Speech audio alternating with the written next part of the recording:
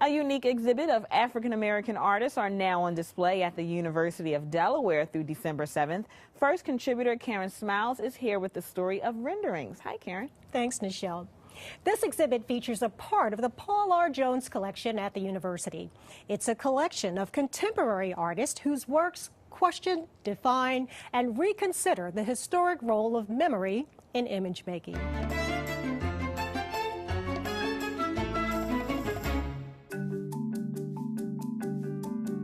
This space is the home of a growing collection of African American and African diasporic arts.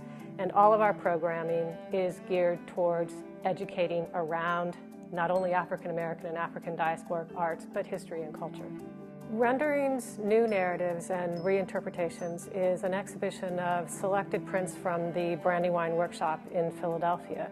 We were delighted because in 2004, the Brandywine workshop gifted a number of prints to the University of Delaware. We have approximately 180 works on paper, prints from the Brandywine workshop that we use regularly in our collection.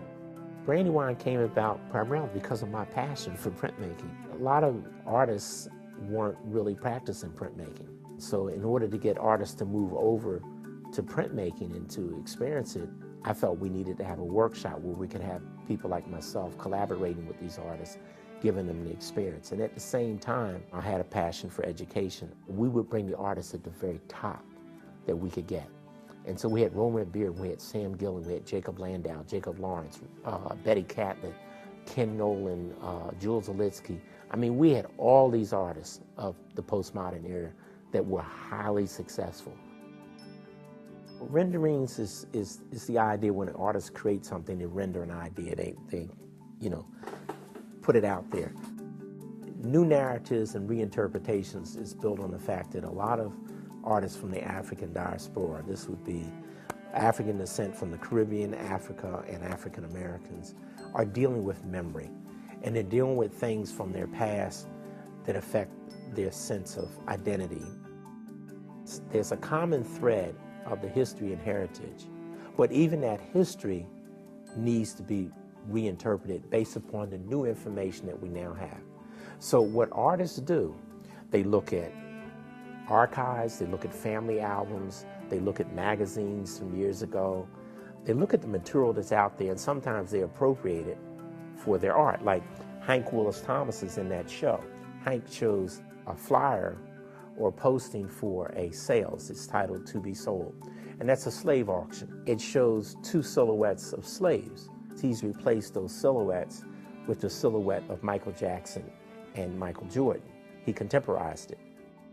We're also able to teach multiple histories through this particular exhibition, whether it's about race and gender in the U.S., whether it's about colonialism or imperialism.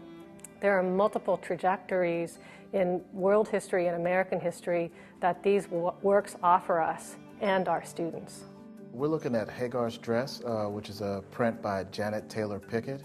Immediately, you'll see this sort of repeated image, which is familiar to many people as an image of an overhead view of sort of how to pack a slave ship. This image is, I think, one of the prime examples of how artists allow us or coax us into looking at how we've treated the human body over the years, not just as the person, but as property. As object, as the human animal, if you will. So this is really a great piece to begin or end an experience in the galleries with through a discussion.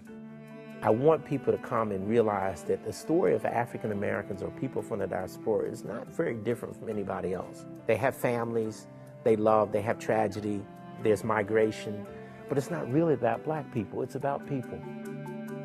Now, as Alan Edmonds mentioned in the piece, education is a very large part of Brandywine's founding mission and continues to be today.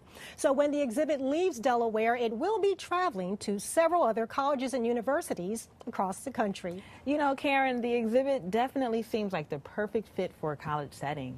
You're absolutely right, because the purpose of the exhibit is to encourage thought and discussion on issues surrounding cultural and racial diversity. And one of the things that the folks at the museum shared with me is how that conversation differs based on who is taking part in the conversation. Okay, well, thanks, Karen.